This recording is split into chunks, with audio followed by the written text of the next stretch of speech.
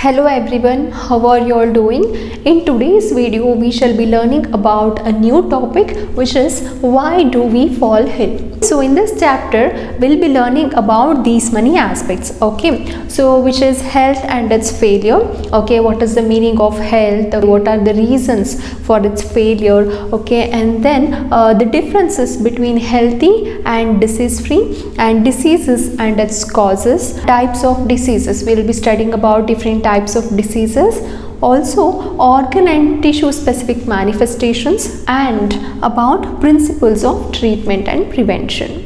So these are all the topics which we are going to cover in this chapter, okay? So before that, let us discuss about health first, and then we shall proceed ahead into these topics. Yes, so coming to this word health, we always use it very often, right, all around us, and we ourselves use it for sometimes telling things like my grandfather's health is not good, or I myself is not feeling good, right, my health is not good.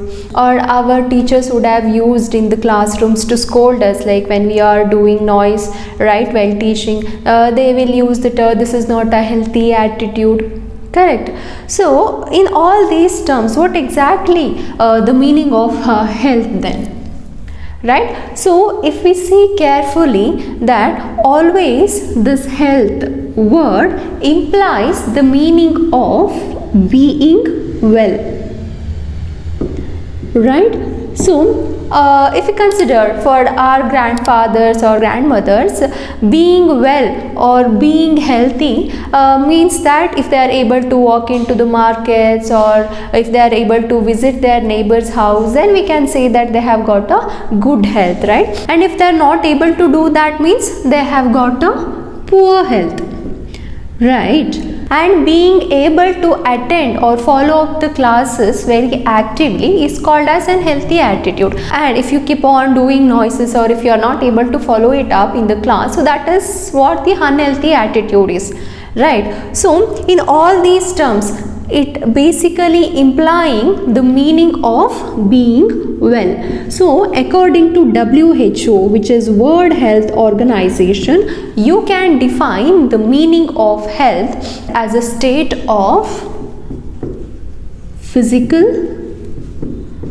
social and mental well-being, right? So health can be defined as a state of physical, mental and social well-being, right? So you understood that the health is not just merely an absence of disease, it refers to a state of being well physically, mentally as well as socially, right? Yes. So now let us discuss about categories of health to which we have divided them into. So now coming to the categories of health, we can broadly divide that into two main categories. So one being the personal health, and the second one being community health, okay? So personal health refers to what? It is a state of well-being physically, socially and mentally at personal level, okay? So under that, these many aspects will be coming that keep up the personal hygiene, right? So under this, these many aspects will be coming. So first one is to maintain the personal hygiene. That same, it is very much important to maintain the personal hygiene. Like for example, if you are going to take bath, so use the separate towels, separate soaps, that do not use the soaps or towels which are used by others, right? So in that way you can maintain a personal hygiene, right? It's not only related to the soaps or towels. So whatever the aspects you can have a separate things, you better have it, right? And then exercise and meditation. So do regular exercises in order to maintain a proper physical fitness, right? And then do meditation for your mental health, right? That keeps your mind very calm, correct? And then a proper nutrition and diet is also very much important, right? Taking a diet, in the sense it's not only a diet, you should be taking a balanced diet. So what is balanced diet? The food or a diet which compromises of all the nutrients which are essential for the body, right? So it is very much required to take a proper nutrition and balanced diet, Okay, yes, and then it is also required to have to drink a clean water, right? And if you keep on drinking unclean water, utterly you will fall ill again, right? So these are the aspects which have to be considered at the personal level. Okay, yes. So now coming to the community health, it refers to improving or protecting and maintaining the health at community level. Okay, so under community level you can see these many things, that proper sanitation and hygiene is required, right? And the socio-economic condition and nutrition has to be improved so that people will not fall ill, and facilities of prevention of diseases should be made, they should be improved so that diseases can be prevented, right? And also by improving the health education and creating a public awareness is also a part, or is also a thing which comes under the community health, right? So this is all about the categories of health. Mainly you have to remember that we have broadly classified that into as the personal as well as community health, right? So see, it's not that only maintaining a personal hygiene or personal health one can be can stay very healthy. It's not possible, right? So in order to stay healthy, you and your surroundings also have to be clean and healthy, isn't it? So that's why maintaining community health is also important, right? So two main aspects, one is personal health, another one is community health. Clear? Yes. So now let us discuss about a disease. What exactly disease means? How can we define the disease, and what are its causes, and what are the differences between a disease free and healthy?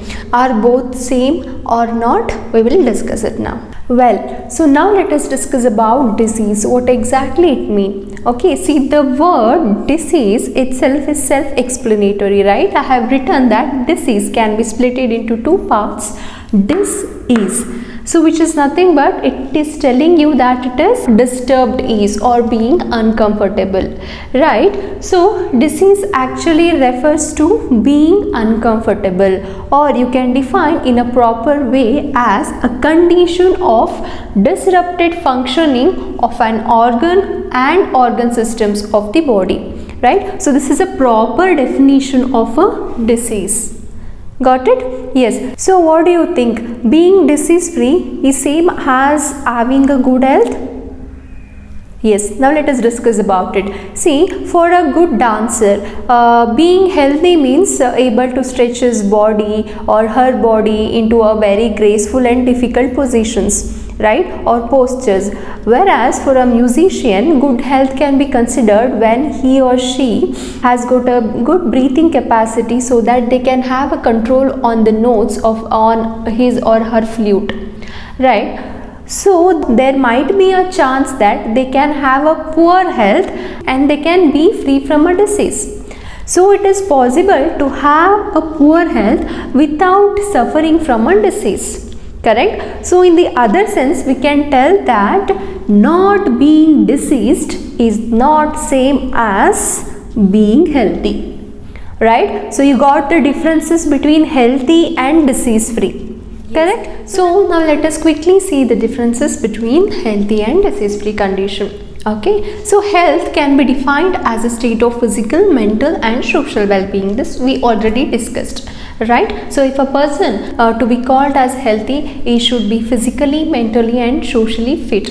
Okay, then only we can call him as a healthy person, right? Whereas disease free condition is what? It is just merely the absence of diseases. Okay, it is just a state of the absence of diseases, right? Yes. So healthy condition implies to all the states like physical, mental and social environment, whereas your disease free condition, it implies only to the physical condition, right? So disease free implies that only his or her body should be free from diseases, so it implies only to the physical condition, right?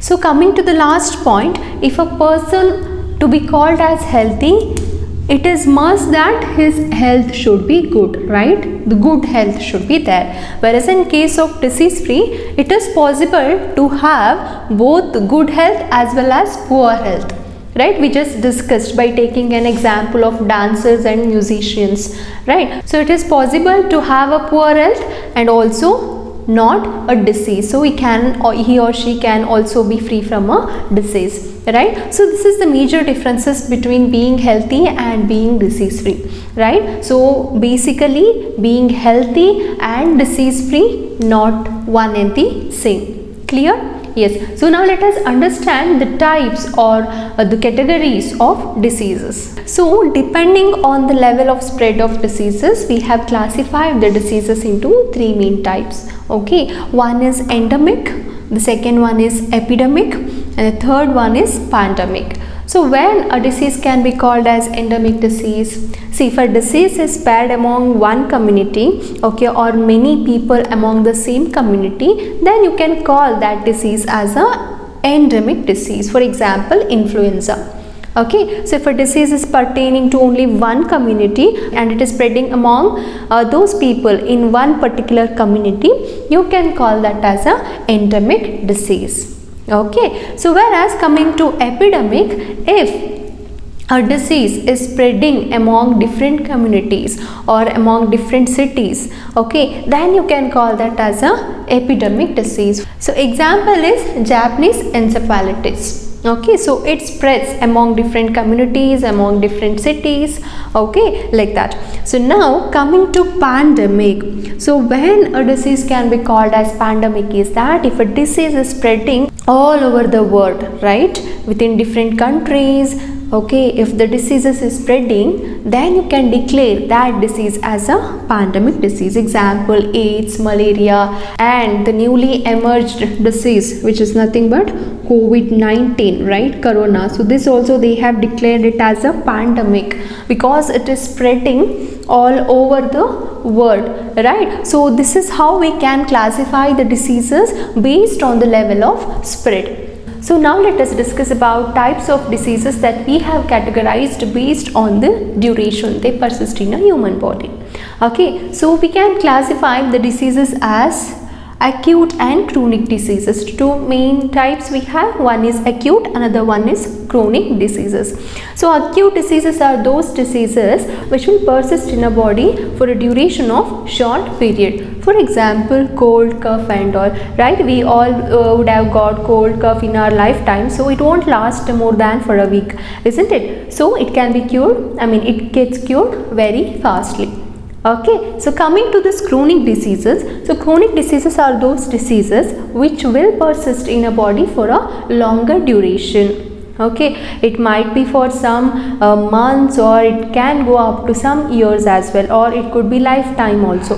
For example, tuberculosis, AIDS, etc., cancer and all, right? So coming to their effects on a body, right? See, the acute disease will not have time only to affect or to cause much harm in human's body or in one's body, right? Because it will go in a very short time itself, correct? But whereas your chronic disease, it will persist in a long time, so it will cause tiredness or shortness of breath, or you might lose weight, right? All these effects can be seen when you have a chronic diseases. Okay, so this is a major difference between the acute as well as a chronic diseases. Clear? Yes. So now let us discuss about types of diseases again on a mode of acquisition. So based on the mode of acquisition, we have broadly classified the diseases into two types. One is congenital diseases and the second one is acquired diseases. Okay, so congenital diseases are those diseases which are there since birth. Okay, like these are inborn diseases and which are mainly caused because of chromosomal and genetic disorders. Okay, for example, color blindness. Okay, so color blindness or hemophilia. So these are all the examples of congenital disorders, or congenital diseases. Okay, so now coming to this acquired diseases, the name itself is telling acquired. So these are the diseases which are acquired during one's lifetime. Okay, and see, here it is caused mainly because of chromosomal or genetic disorders, whereas these acquired diseases are caused mainly because of pathogens. Okay, so again these acquired devices, we can divide them, okay, we can classify them again into infectious or communicable diseases and the second one is non-infectious or non-communicable diseases, or we can even call this as contagious diseases. Okay, contagious diseases, right? Yes, so infectious or communicable, and the second one is non-infectious or non-communicable. For example of infectious is what? Malaria, chickenpox, right? Typhoid. So these are all infectious diseases, which means these diseases can be transmitted from one person to another person.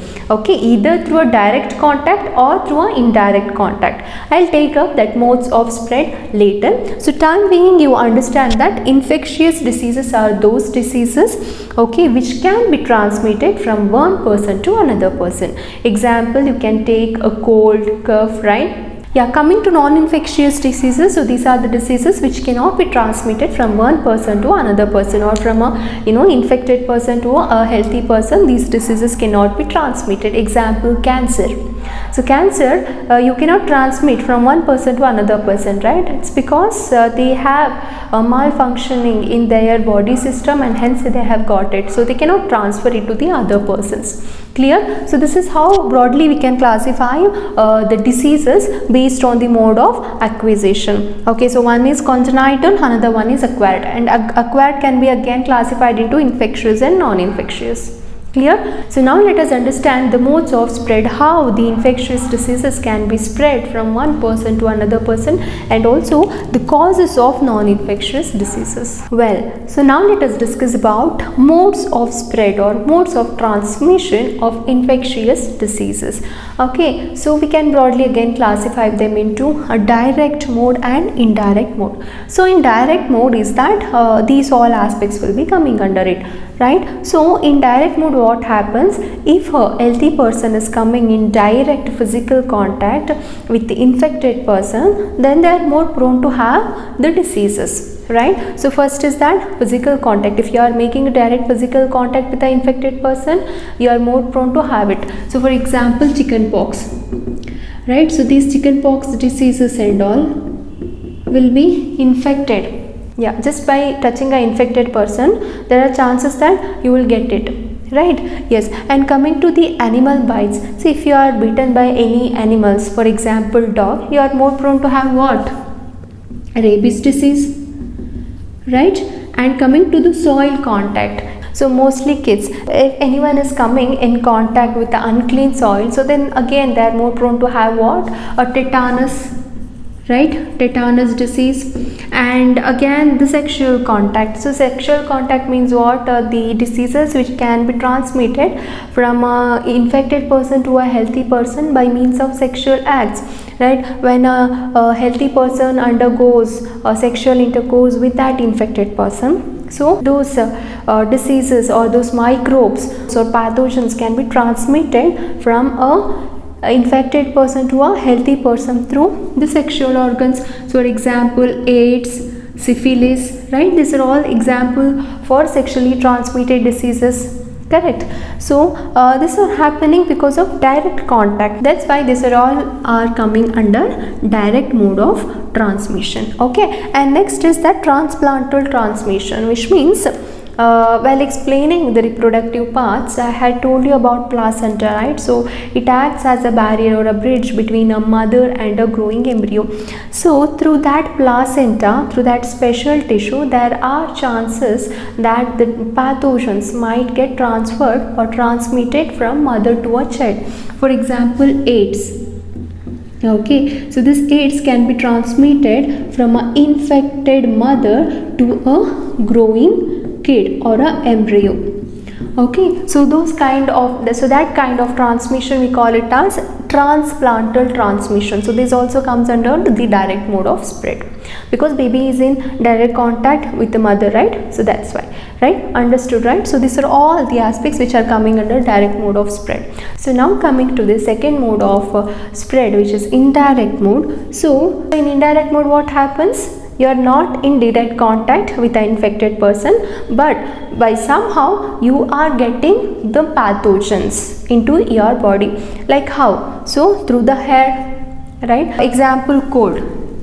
right? See, we all had an experience of sitting next to a person who is suffering from cold and catching it ourselves. What happened then? The person who is suffering from cold would have sneezed, so all those microbes will be there, or those pathogens will be there in air, right? So when we inhale the same air, so we will also be getting cold. Correct. So next is through contaminated food and water, example cholera or diarrhea, right? So all these diseases will be spread through contaminated food and water, or by taking unclean food and water. These cholera, diarrhea diseases can be spread. Correct. And now the third one is that by vectors and carriers. What are these vectors? See, these vectors are the organisms which will carry pathogens in them. Okay, so these are the organisms which will carry pathogens in them, and they act as intermediaries, okay, in the transmission of the diseases from the infected person to a healthy person. Okay, for example, we can consider vectors as mosquitoes, okay, or houseflies. Okay, so these are all the examples of vectors. Mosquitoes, they carry disease causing pathogen. Okay, they cause malaria, right? So they will carry a malaria causing pathogen in them, and when this mosquito will bite an infected person, it will suck his blood, his or her blood, right? And those pathogens will be growing in its own body, and when the same mosquito will bite a healthy person, those microbes gets transmitted, right? So this is how the vectors are playing a role in the transmission of the pathogens from a infected person to a healthy person. Okay, yes. And coming to fomite borne. So what is this fomite borne? Fomite borne is nothing but just by touching the door handles or utensils which infected person would have touched. So this also leads to a transmission of those disease causing pathogens. Okay, so these are all the modes of spread. So now let us discuss about causes of non-infectious or non-communicable diseases quickly. So we already discussed that non-infectious diseases means, so these are all the diseases which cannot be transmitted from one person to another person, right? So the first cause is that because of malfunctioning of organs, right? Which means if your own body organs are not functioning properly, so then you are more prone to have these non-infectious diseases like heart diseases, right, or kidney failure or liver failure. So what is happening basically there? The liver is not going to work properly in case of liver failure, or in case of kidney failure, what has happened? Kidney has stopped functioning properly. Correct. So this is what about malfunctioning of organs. Okay, example we can take of heart diseases. Okay, and yes, so the coming to the second point, which is hypo or hyper secretion of hormones. So what is happening here? If hormones are getting secreted in large quantity than a normal, then also it is leading to some kind of diseases or abnormal condition. As well as if it is secreting lesser than a normal quantity, then also it is leading to some kind of abnormal conditions. Okay, so for example, if there is a hypo, we'll consider the example of thyroid gland itself. Okay, so thyroid gland secretes a hormone called as thyroxine, right? So if this thyroxine gets secreted in a lesser quantity than a normal, it leads to a condition called as cretinism, right, in children, or a myxedema, or myxedema in adults. So which means that it is nothing but it causes a retarded growth. Okay, if the thyroxine hormone secretes in less quantity than a normal, it leads to these conditions: cretinism in children and myxedema in adults. Okay, so what actually happens is there will be not a normal growth, they will be they will be very short. Okay, we can call them as dwarf. Okay, yeah. So coming to hypersecretion, if this thyroxine hormone secretes in a larger quantity, in more quantity than a normal, what it leads? It leads to a condition called as hyperthyroidism, where it has got the characteristics of irregular heartbeat or a rapid heartbeat. Okay, it mainly increases your body metabolism. Okay, you will lose weight. So all these symptoms, all these characteristics are accompanied with hyperthyroidism. Okay, so this happens if the thyroxine hormone will be more than a normal. So in both the conditions you can see the abnormalities, isn't it? So this is what happens if there is a hypo or hypersecretion of hormones, or the very well known diabetes mellitus. Correct. So this is a disease which is caused because of lack of production of insulin hormone, right? So in the pancreas, the insulin hormone, if it is getting secreted very less than required quantity, then it leads to a condition called as diabetes. Correct. Yes. And the third one is because of malfunctioning of immune system. If the immune system is not working properly, then it leads to a different abnormal conditions like allergy and all. Okay, so next is dietary deficiency. If you are not taking a proper balanced food, then also it leads to a certain types of diseases like night blindness. If there is a deficiency of vitamin A, it leads to a night blindness condition. Correct. And a deficiency of vitamin B or C, D, like this various deficiency, or if there is a deficiency of iron, it leads to an anemia. Correct. So like this, if there is a deficiency of vitamins and minerals, it leads to a certain diseases. So these diseases cannot be transmitted from one person to another person. Hence these are all termed as non-infectious or non-communicable diseases. Clear? Yes. So that's all about the causes of non-infectious diseases. Now let us have a discussion that how exactly a disease looks like. Okay, and what are its causes? Do the diseases have got only a single cause, or it is accompanied with many causes? Yes. So now let us discuss how does a disease look like. Okay. See, when there is a disease, either the functioning or the appearance of the body system will become worse, right? So it will be accompanied with some indications. So those only we call them as symptoms. Right. So symptoms are basically the things what we feel as being wrong. Right. For example, headache, cold, cough, or wound with a pulse. Right. So these are all the symptoms. Even fever is also a symptom. Okay. Fever is not a disease. It is one of the symptoms of many diseases.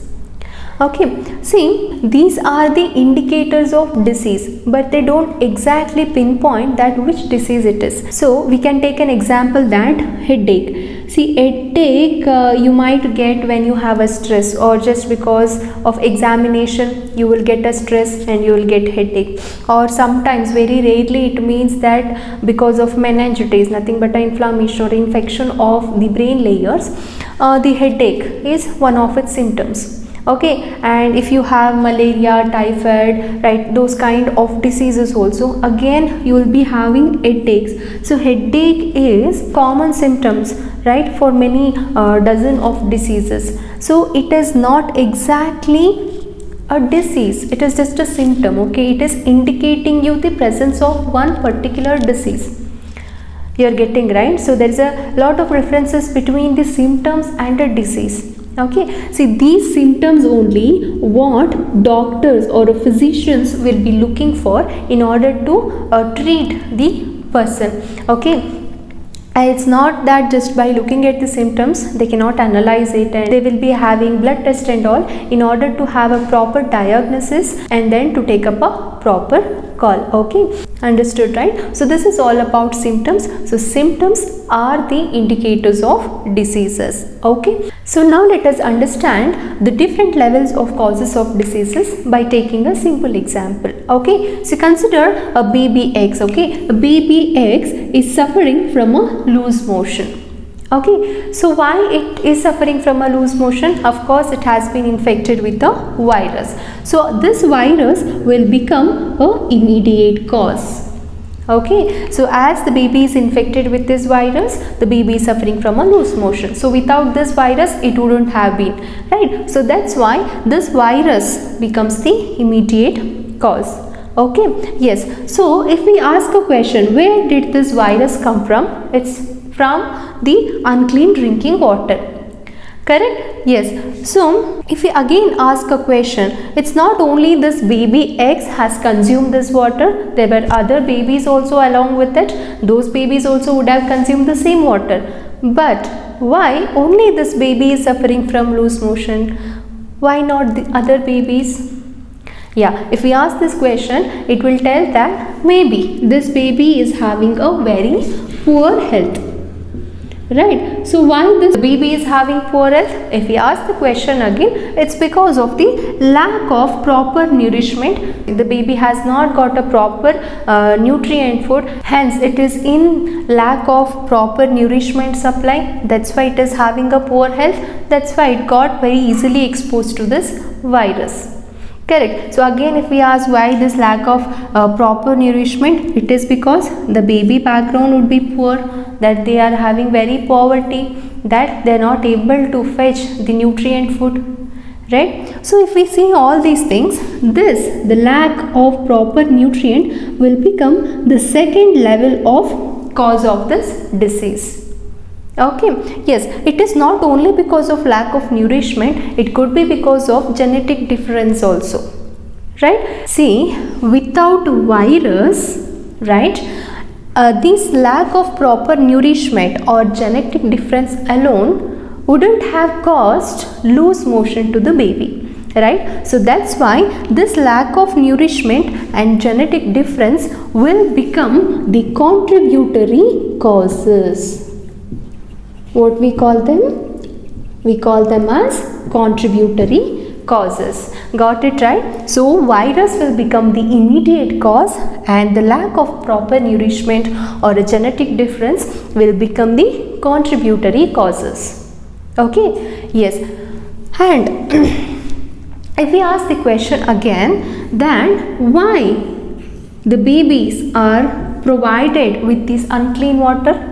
It's because of lack of poor public services in their locality, right? So all these, that will become a third level of cause, right? Public service or lack of public service, improper public service and facilities. Okay, so that will become a third cause of this diseases, right? You understood now. So the disease alone is not having only a single cause, it is accompanied with many causes like immediate cause and contributory causes. Understood? So that's all about the different level of causes of diseases. Well, so now let us discuss about organ and tissue specific manifestations. Okay, see, the microorganisms or the microbes or the pathogens, when they enter into our body, what do you think? See, we are multicellular organisms, right? And microbes are very small organisms. Do you think all these microbes will go to only a certain organ or a certain tissue? Right? No, it's not like that, because different microbes have evolved to home in different tissues or organs. Okay, see, mainly it is dependent on the point of entry. See, if a microbe point of entry is nose, if it is entering through the nose, it is more likely that the microbe is going to settle in the lungs, it is going to infect the lungs, causing tuberculosis or whatever. Okay, example for it. Okay, and if a microbe is entering through the mouth, okay, and it is more likely to settle in the lining of gut, so it might cause a typhoid, right? Or if the microbe enters into the liver, it might cause what? Jaundice, right? So, and this need not to be the case always. Okay, it's not that the point of entry and the the organ both are related. It's not the case always, but it happens in case of tuberculosis or typhoid or jaundice. If you consider, the micro point of entry is directly connected with the organ which it is targeting.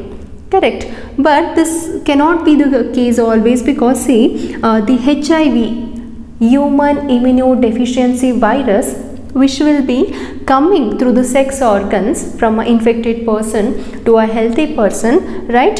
Eventually it will spread all along the lymph nodes and it will start weakening the immune system, right? So the point of entry is different and the target organ is different here, right? And in case of malaria, what happens? It will come just because of a mosquito bite, right? But then the target organ of this malaria microbe is what? It's a liver, right? It starts depending or infecting, or it starts getting settled in the liver, correct? And if you consider brain fever or Japanese encephalitis, so this disease causing microbe also enters one's body through a mosquito bite, but then it goes and settles or it targets on a brain tissue, correct? So based on the organs or the tissues they infect, there are different symptoms, okay? See, if a microbe is infecting the lungs, it will be having a symptoms of cough, right, or cold, correct, or shortness of breath. And if a microbe is infecting a gut lining or whatever, it is accompanied with vomiting, correct, or diarrhea. So these are all the symptoms which are accompanied with this kind of microbe where it infects the lining of gut, correct? So if a microbe is infecting brain, then you might get headache, right, or you might go unconsciousness, or you might get fits. So these are all the symptoms which are associated with this brain fever. So these can be termed as specific symptoms, correct? So in addition to this, there are some general symptoms also, right? When it happens, when our body defense system or body immune system, when it recruits, okay, when it recruits the cells in order to kill these pathogens, this only, or this process of recruiting the cells in order to kill those pathogens, at that place we call it as inflammation. What do we call it as?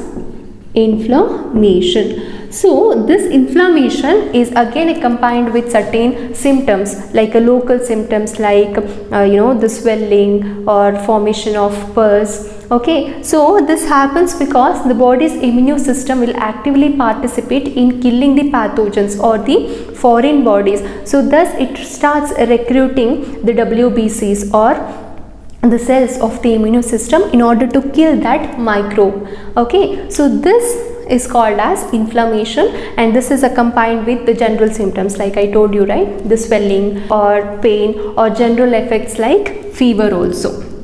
Okay, and swelling and pain. So these are all the local effects, and general effects is this fever. Okay, understood, right? So this is all about the organ and tissue specific manifestations. You understood, we just had a discussion that there could be a specific symptoms and also the general symptoms because of inflammation. Understood? So now let us discuss about principles of treatment of diseases, and then we will discuss about prevention of diseases. So the principle of treatment involves two main steps. Okay, one is to reduce the effects of the disease, and the second one is to kill the microbes or a disease causing pathogen. So consider an example. If a person is suffering from typhoid or malaria, he or she will be having the symptoms like fever, headache and all, right?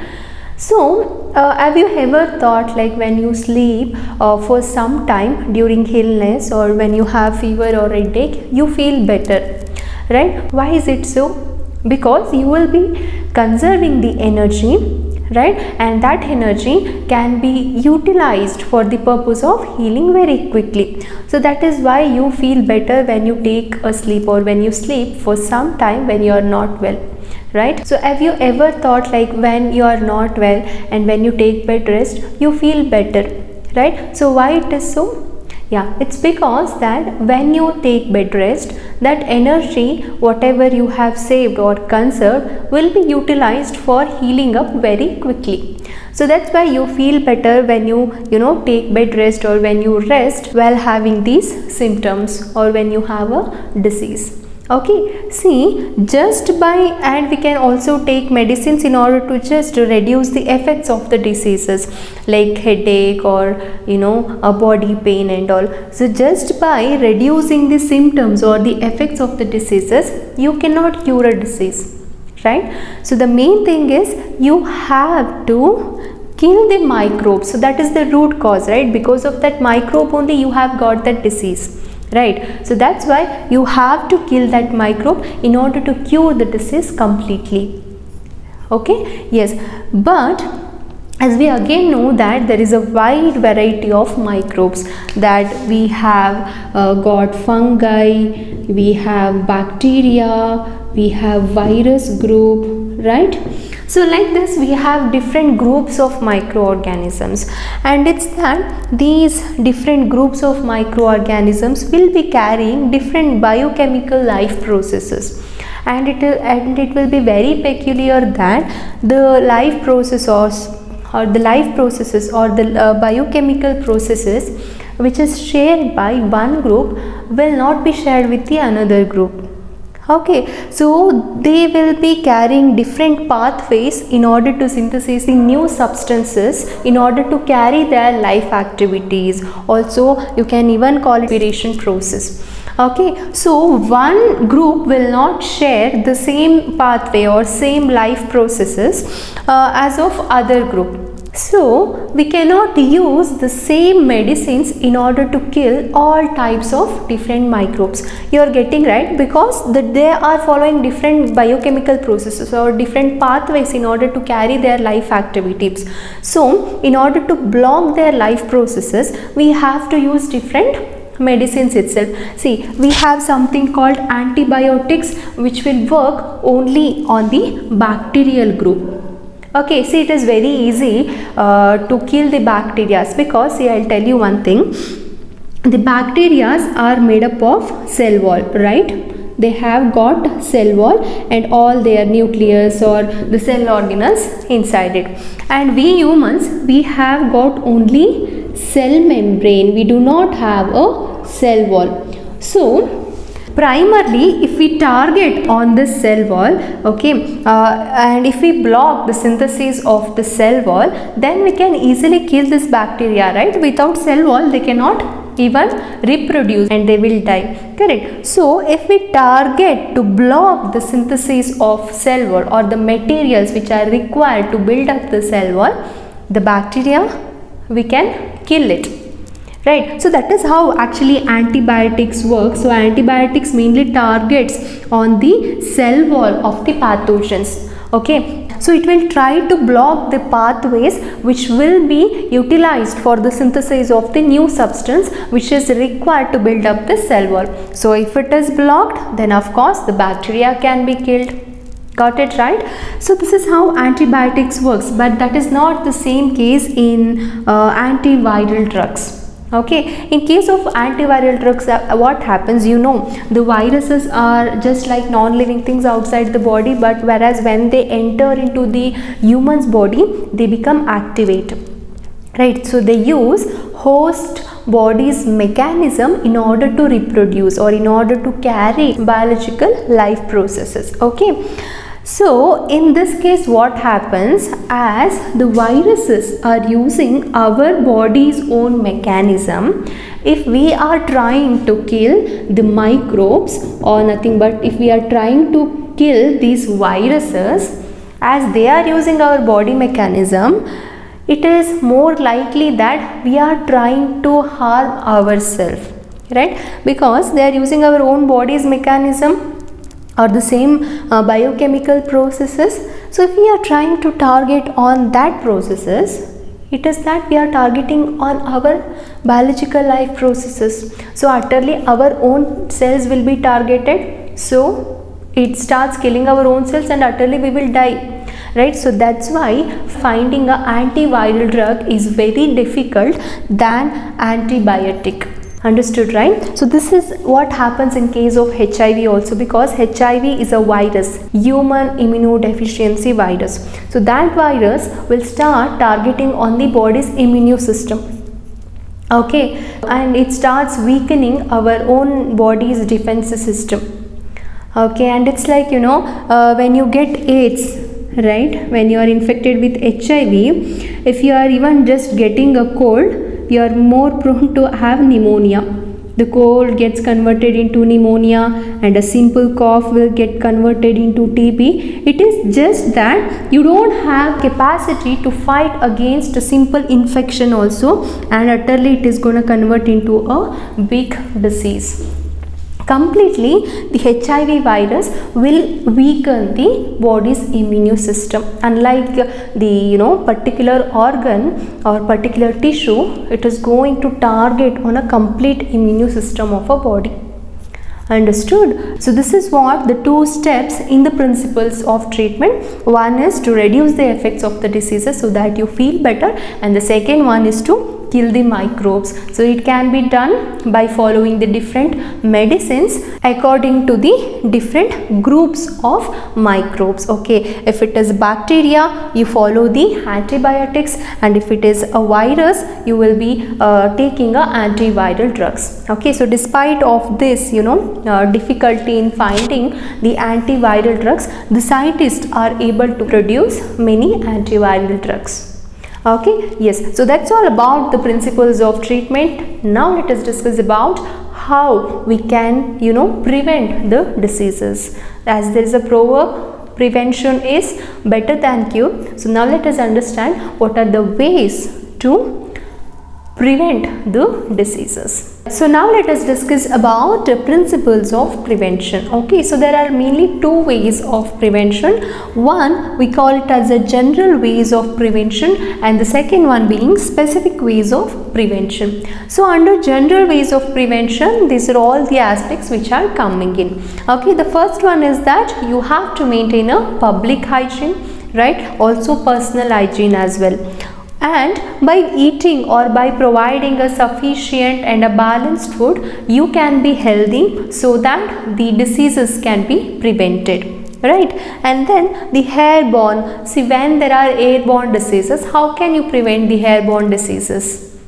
Okay, just by providing the condition, a living condition which is not much crowded, you can prevent the airborne diseases, right?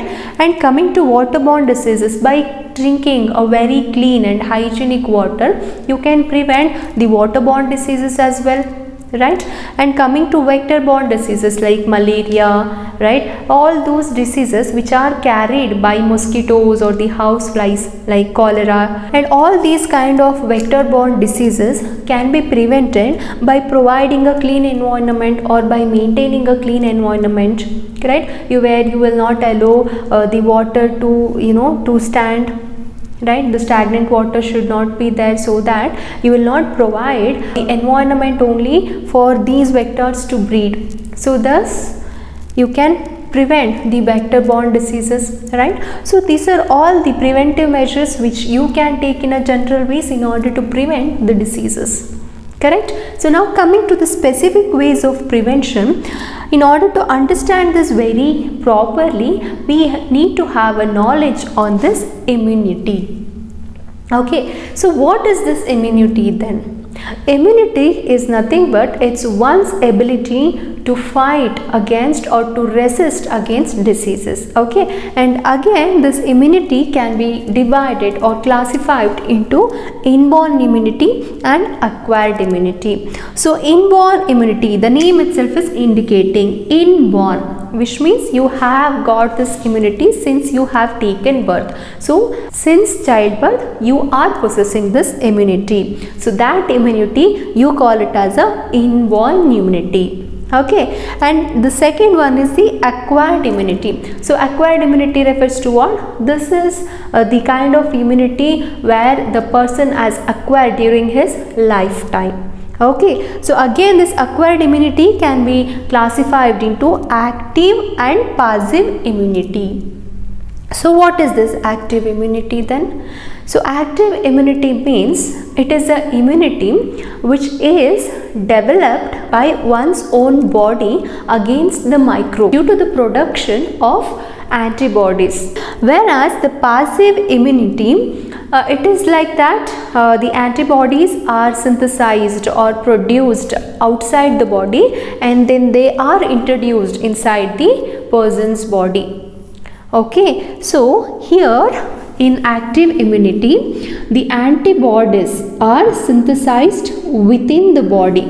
Okay, within one's own body, the antibodies are synthesized. Okay, and passive immunity, the antibodies are synthesized outside the body. It's like ready-made antibodies are introduced into one's body. Okay, so here in active it is within the body, and the passive it is outside the body. The antibodies are synthesized. So what are antibodies? See, antibodies are those chemical substances again which are secreted against the microbes. Okay, see, there is a microbe, a foreign body. Okay, when it enters inside a human's body, whatever we have immune system, right? So those will start producing the antibodies. Okay, see, these antibodies are like soldiers. Okay, in our immune system, they will start attacking on these pathogens and they will kill this pathogen. Okay, so these are basically a response from the immune system against this stimulus of microbe getting entered into our body. Clear, right? So this is how so this is all about immunity. So now let us understand how the specific ways of prevention will be working, okay, with respect to this immunity. Clear? So now let us take one example. So these days there is no smallpox all around the world, right? You cannot see the smallpox diseases anywhere in the world, but it was not the same 100 years ago. Correct. So this was a common disease among all the people that time. Correct. Our people used to scare, to go near the people who are suffering from it, just because of the fear of catching themselves. Okay, so that's why people used to scare a lot, even to go near the people who are suffering from this smallpox disease. But there was a group of people who used to treat the smallpox disease victims, and they never used to get fear also. They were touching them, they were treating them, but then also they never had a fear of getting the smallpox. Why is it so? Yes, see, these group, right, who were treating the current smallpox victims that time were the group of people who had developed or who had this smallpox disease and also had got cured. Okay, so now it is likely that if you have got smallpox once in your lifetime and you will not get it again. That's because when you had got initially or the first time the smallpox disease, okay, your immune system had produced the antibodies against that pathogen, against that microbe to kill it. So the second time, if the same microbe is trying to enter the body, there is already antibodies which are synthesized in the body, right? See, they are like a soldiers now waiting for the microbes to come inside their body. Even if the microbe is entering the second time, right, what happens? The soldiers, so-called antibodies, are already ready to fight against them, so they will definitely kill that microbe. So thus a person will not suffer from the disease again. Correct. So this is how the immunity or this active immunity is working. Right. So that's why that second group of people who were treating these smallpox victims were not feared of, because they had already developed that disease and they have got cured from it, which means that they have antibodies in them, and the second time if it is going also, they will become cured very soon. Okay, if the same microbe or if the close relative of the microbe, which means Enensis, cowpox and smallpox microbes, both are one and the same. They are almost genetically similar. Like that, if a same microbe or a close relative, if they are trying to enter the body for the second time, then a person will not get a disease again for sure. That's because of this produced antibodies are already present in the body. So this is how the body's active immunity is working on. See, similarly, we can actually fool our immune system by vaccination. You can see that as a general principle, we can fool our immune system by developing a memory by putting something that mimics the microbe. Okay, so that what happens, it will synthesize the antibodies against that microbe. So when actually the disease causing microbe enters into the body, now already antibodies are there, so that they can attack on that microbe, so that a person will not suffer from that disease. Understood, right? So this is how it can be done by vaccination. Okay, so there are wide variety of vaccines which are available now for all the types of diseases. Okay, like if you take tetanus or diphtheria or polio, for many other diseases there are vaccines available. So when you inject the vaccine, okay, when you administer the vaccine into one's body, the same thing is gonna happen. What happens? It will not actually cause the disease. When you inject or when you administer the vaccine into person's body, what it will do? It will prevent from getting the disease on real exposure to that microbe, right? That's because of the same reason. What happens? It will already synthesize the antibodies, and antibodies will already be there. Even if a person gets real infection, okay, from that particular microbe, and here your soldiers are already present holding a gun. So as soon as these microbes, foreign bodies or thieves, when they enter into our body, they will start shooting against them, so they will die, right? So this is how the immune system is working, and we are strengthening our immune system by vaccination.